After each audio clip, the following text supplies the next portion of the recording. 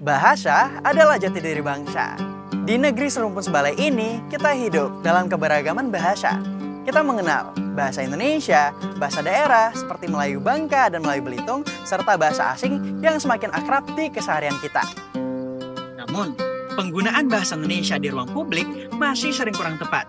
Kita bisa melihat dari nama tempat atau papan informasi yang menggunakan bahasa asing tanpa padanan istilah Indonesia. Seperti Wilhelmina Park yang seharusnya ditulis Taman Wilhelmina.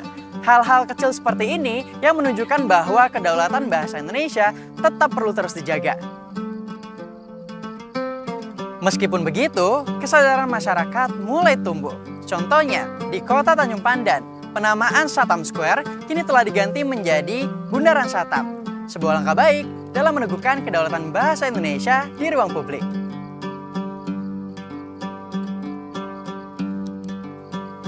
Di era globalisasi, kita tetap harus menjaga keseimbangan, menguasai bahasa asing untuk berdaya saing, melestarikan bahasa daerah sebagai warisan budaya, dan mengutamakan bahasa Indonesia sebagai bahasa persatuan.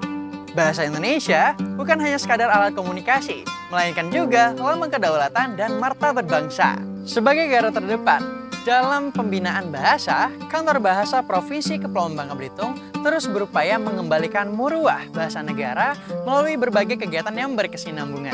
Setiap tahun, Kantor Bahasa Provinsi Kepulauan Bangka Belitung melaksanakan kegiatan peningkatan kemahiran berbahasa Indonesia bagi masyarakat, pelajar, tenaga profesional, dan aparatur pemerintahan. Melalui kegiatan ini, kemampuan berbahasa yang baik dan benar terus dibina agar bahasa Indonesia digunakan dengan penuh kebanggaan dan tanggung jawab.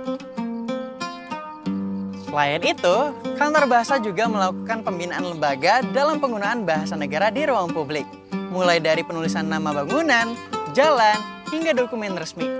Hal itu dilakukan agar bahasa Indonesia senantiasa tampil sebagai bahasa yang berwibawa dan berdaulat di negerinya sendiri.